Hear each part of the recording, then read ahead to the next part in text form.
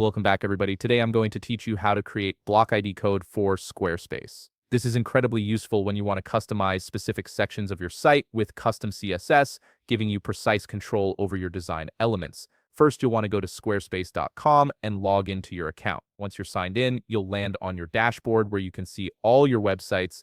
Go ahead and click on the website you want to work with. This will open up the editor for that particular site. Now look over to the left side menu and click on Website, then click on Pages. This is where you'll access all the different pages and sections of your site that you can customize. Here's where it gets interesting. I'm going to teach you two simple ways to find a block ID. The first method involves using a browser extension called Squarespace ID Finder. You can install this directly on your browser, and it makes finding block IDs incredibly straightforward. Once you have it installed, simply enable it and it will automatically display the block ID for any element you hover over on your page. With the extension active, navigate to the left side menu again and click on Custom Code. Under that option, click on Custom CSS. This is where you'll be adding your custom styling code. You can now paste the block ID that the extension showed you.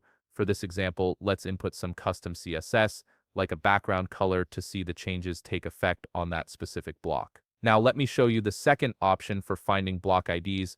Open a new tab and go to google.com. In the search bar, type Squarespace CSS cheat sheet. From the search results, click on the link that says AJM. This website is a fantastic resource that shows you the ID blocks for various common elements in Squarespace. Let's try using one of these. For instance, if you want to target all text that has paragraph format, you can use the P tag.